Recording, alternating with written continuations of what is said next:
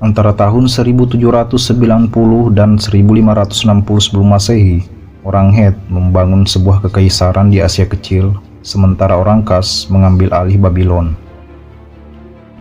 Pada waktu Raja Samsu-iluna putra Hammurabi meninggal, sekitar tahun 1712 sebelum Masehi, Kekaisaran Babilonia telah kehilangan sebagian besar dari wilayahnya di selatan dan timur. Elam telah memberontak. Pusat-pusat kekuatan Sumeria kuno kebanyakan telah dihancurkan dan hampir ditinggalkan.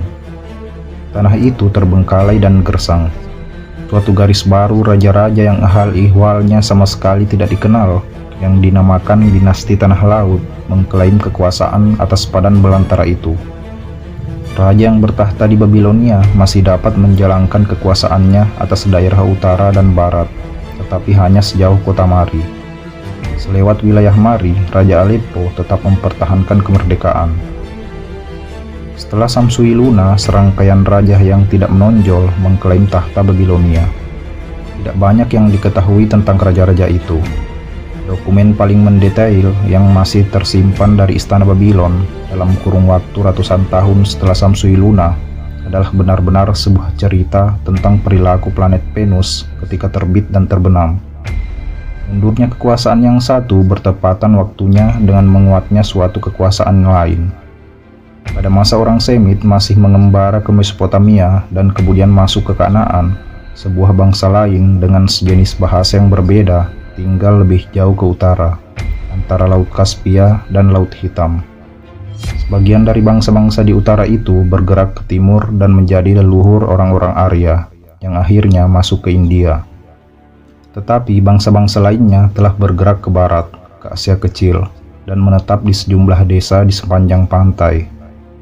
Sekitar tahun 2300 sebelum Masehi, suku khusus Indo-Eropa ini telah menyebar melewati seluruh sisi barat jazirah itu, dan di sepanjang Sungai Halis. Mereka melakukan perdagangan yang sehat dengan pulau-pulau di sebelah barat dan juga dengan bangsa-bangsa di sebelah timur, khususnya kota Asur. Karena itu, pedagang-pedagang Asur membangun pos-pos dagang di sini. Sementara Hammurabi menyapu seluruh Mesopotamia dan mempersatukannya dengan kekuatan, desa-desa orang Indo-Eropa di Asia Kecil berhimpun menjadi kerajaan kecil-kecil di bawah pimpinan berbagai pemimpin perang. Kita tidak mengetahui siapapun di antara mereka, jadi tidak mungkin menguraikan lebih luas tentang proses ini. Hal yang kita ketahui adalah bahwa orang Mesir telah mendengar tentang kerajaan-kerajaan itu dan mengenal mereka sebagai satu bangsa saja. Orang Mesir menyebut mereka Hate, sebuah sebutan yang diambil dari nama yang digunakan bangsa-bangsa itu untuk menyebut tanah air mereka, Hatti, wilayah orang Het atau Hitti. Orang Het belajar menulis dari para pedagang Asur yang tinggal dekat mereka. Inskripsi-inskripsi dan cerita-cerita purba mereka semuanya dalam aksara Paku atau Cuneiform yang digunakan oleh orang Assyria kuno. Pada sekitar tahun 1790 sebelum Masehi, pemimpin kota Het, Kusara, membuat catatan sendiri. Orang Het telah memasuki dunia sejarah. Pemimpin itu bernama Anitta, telah mewarisi sebuah kerajaan kecil yang terdiri dari dua kota dari ayahnya, yang berhasil menaklukkan kota Nesa yang terletak berdekatan dengan melakukan suatu serangan malam ke sana dan menyandra rajanya. Pada masa pemerintahan ayahnya, Anitta menjabat sebagai pegawai penguasa menara penjagaan, suatu tugas yang menuntut agar ia terus-menerus memantau laporan-laporan dari semua pos pengawasan yang dipasang di sepanjang tapal batas kerajaan kecil itu, secara berangkai-rangkai dengan menara penjagaan lainnya. Ketika ayahnya wafat, Anitta yang waktu itu menyebut dirinya hanya sebagai Pangeran Kusara, memulai perang penaklukan sendiri. Ia berperang melawan kota kuat Hattusa yang berdekatan, yang akhirnya ia jarah ketika kota itu terus melawannya. Ia juga mengutuk kota itu yang bernasib sama dengan nasib yang mungkin telah menimpa kota Gade. Di tempat kota itu berada, aku telah menaburkan ilalang, serunya. Semoga Dewa Badai memukul jatuh siapapun yang menjadi raja sudahku yang mendiami Hattusa kembali. Kemudian ia berpaling ke kota Puruskanda, yang di antara bangsa-bangsa Het sejajar dengan kedudukan Nippur di negeri Sumer. Ibu kota pemikiran, kota yang penguasanya dapat mengklaim semacam wibawa moral terhadap kota-kota bangsa lain. Raja Puruskanda mungkin dengan satu mata memandang barisan asap di kejauhan yang membumbung dari Hattusa, menyerah tanpa perlawanan.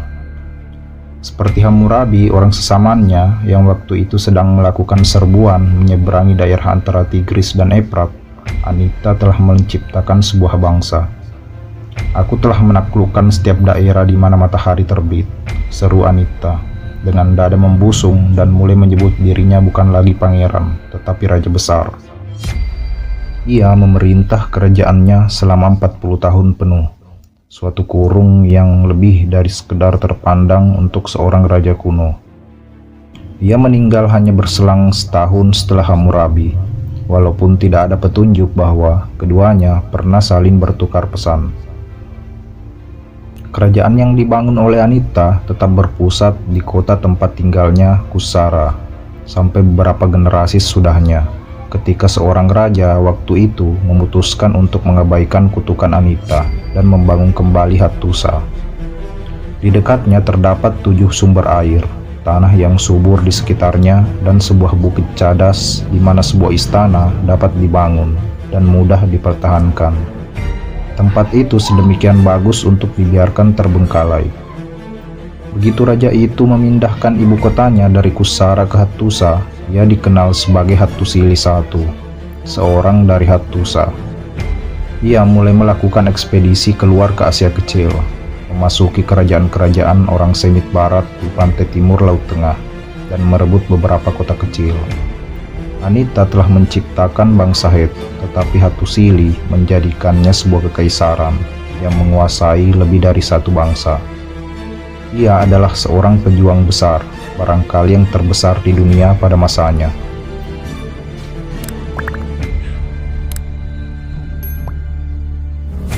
Karena saat itu kota-kota Harappa sedang tenggelam, Hammurabi sudah mati.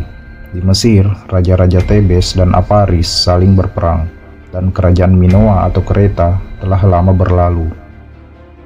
Kendati meraih banyak keberhasilan, Hattusili meninggal dalam keadaan malang dan nestapa, bukan di Hattusa, tetapi kembali ke tempat tinggal lamanya, Kusara. Ia memohon untuk dibawa kembali ke sana tak kala sudah dalam keadaan sekarat. Sebuah dokumen Het yang disebut wasiat mencatat kata-katanya di ranjang kematian kepada cucunya Mursili. Hattusili meledak amarahnya dan mengutuk secara kasar anak lelakinya dan anak perempuannya yang telah menuruti perkataan seorang bangsawan Het yang kecewa dan membiarkan pikiran mereka diracuni untuk bersekongkol melawannya. Mereka mengatakan kepada kalian, "Berontaklah melawan ayah kalian," keluh Hattusili, dan mereka menjadi pemberontak dan mulai bersekongkol. Ia telah mencabut warisan kepada kedua anaknya yang telah dewasa dan mengalihkan warisan kepada kemenakan laki-lakinya. Tetapi pada saat terakhir, Hattusili juga menolak kemenakan laki-lakinya. Menurut wasiat itu, ia tidak memiliki belas kasih, dingin dan tanpa ampun, tidak mempedulikan kata-kata raja. Wataknya itu tampaknya sebagian berasal dari kesalahan ibunya. Hattusili kemudian berpaling kepada wanita itu, sadarinya sendiri, dan dengan murka melontarkan kiasan-kiasan yang bercampur aduk. Ia menyebut ibunya sebagai ular di rumput yang perutnya seperti sapi. Raja tua itu memilih seorang kemenakan lelaki lain bernama Mursili sebagai pewarisnya dan kemudian mati setelah melewatkan seluruh hidupnya dalam kemenangan militer dan kekecewaan rumah tangga. Mursili baru berusia 13 tahun atau 14 tahun, dikelilingi tidak hanya oleh adipati-adipati yang seharusnya mengawasinya, tapi juga sepupu, paman, dan bibi, yang amarahnya mendidih karena warisan mereka dibatalkan. Walaupun menghadapi awal yang pelik ini, Mursili muda dapat bertahan sampai usia kenaikan tahta. Tampaknya ia beruntung berkat penjaga-penjaganya. Salah satu adipatinya, Pangeran Het Pimpira, sangat berkeinginan agar ia menjadi bukan seorang raja belaka, tetapi seorang raja yang adil dan berbelas kasihan. Berikanlah roti kepada orang yang lapar. Demikian sebuah kronik Het mencatat pimpir yang sedang memberikan perintah. Pakaian kepada orang yang telanjang, bawalah orang yang menderita kedinginan ke tempat yang hangat. Namun begitu Mursili naik tahta, ia lebih menaruh perhatian pada penaklukan daerah baru daripada pemerintahan yang berbelas kasihan yang ia miliki. Sebuah perjanjian dengan Aleppo pada masa yang lebih lanjut dalam peninjau hubungan-hubungan terdahulu antara kedua pihak yang melakukan perjanjian menguraikan langkah selanjutnya berikut ini. Setelah Hattusili, Mursili sang Raja Agung, cucu Hattusili sang Raja Agung, menghancurkan kerajaan Aleppo dan Aleppo sendiri. Karena terpacu oleh keberhasilan di Aleppo, Mursili mulai bergerak menuju Babylon. Ia menjumpai berbagai pemimpin perang bangsa Kas di perjalanan, tapi tidak diketahui entah ia menaklukkan atau membuat perjanjian dengan mereka. Pada tahun 1595 sebelum Masehi, ia tiba di depan tembok Babylon. Babylon di bawah pemerintahan anak cicit Hammurabi tidak memberikan banyak perlawanan. Menurut cerita Mursili sendiri, ia mengalahkan kota itu, menyandra penduduknya, dan membelenggu rajanya. Akhir nasib keturunan terakhir Hammurabi tidak diketahui. Mursili memutuskan untuk tidak menjadikan Babylon sebagai bagian kekaisarannya. Ia telah mencapai tujuannya. Seperti kakeknya, ia adalah penakluk terkuat di dunia. Babylon terlalu jauh dari Hattusa untuk dapat diperintah secara aman. Kemudian Mursili meninggalkan kota terbengkalai itu dan bergerak pulang ke ibu kotanya dalam kemenangan. Ketika ia sudah berada jauh dari sana, pemimpin-pemimpin bangsa Kas dari daerah yang berdekatan bergerak masuk untuk mengambil alih reruntuhan kota. Kekuasaan bangsa Amori di Babilonia telah berakhir. Mursili masuk dengan pawai ke Hattusa dengan menyeret baik tawanan maupun harta benda di belakangnya. Namun di balik pengeluk-elukan itu, sebuah rencana pembunuhan sedikit demi sedikit mulai terbentuk. Pelakunya adalah penyaji minumannya, Hantili, seorang pegawai terpercaya yang kebetulan juga saudara iparnya. Ketika Mursili tidak berada di tempat, Hantili semakin terbiasa memerintah atas nama tahta. Ia tentu tidak menerima kekuasaannya dikurangi secara mendadak. Tidak lama setelah Mursili kembali dari Babilonia, Hantili dan seorang pegawai istana lainnya membunuh raja, dan Hantili merebut tahta. Mereka melakukan suatu perbuatan yang jahat, tutur kronik Het. Mereka membunuh Mursili, mereka menumpahkan darah. Hantili berhasil mempertahankan tahtanya selama hampir 30 tahun, dan selama itu bangsa Het menempati tempat yang mapan dalam peranan mereka sebagai pemain terpenting di pentas dunia. Tetapi ia telah melakukan sebuah presiden buruk yang pantas disayangkan. Begitu Hantili meninggal, seorang pegawai istana membunuh anak lelaki Hantili dan semua cucu lelakinya, kemudian merebut tahta. Ia pun ganti dibunuh oleh anak lelakinya sendiri, yang kemudian juga dibunuh dan digantikan oleh seorang perebut, yang kemudian menjadi korban pembunuhan juga. Peralihan kekuasaan Het secara dinasti telah mengental menjadi suatu permainan tebaslah raja. Selama masa itu, istana raja di Hattusa diperkuat oleh sebuah tembok keliling setebal 8 meter.